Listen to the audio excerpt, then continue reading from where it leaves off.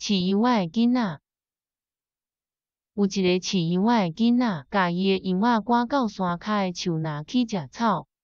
伊规日拢无伴，就想空想芳要制造刺激。伊走入庄内，大声喊讲：有野狼哦，有野狼哦！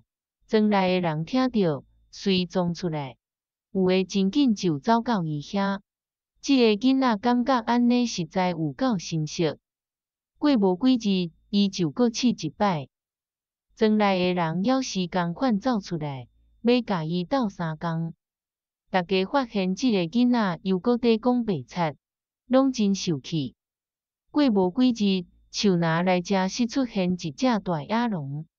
这个囡仔开始紧张，烦恼伊的羊仔。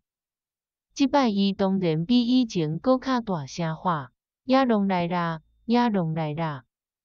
毋过，遐已经互伊骗过2摆的人，想讲这个囡仔又搁在创治人啦。无半个人要插伊，所以野狼就甲羊仔食了，食到饱通通。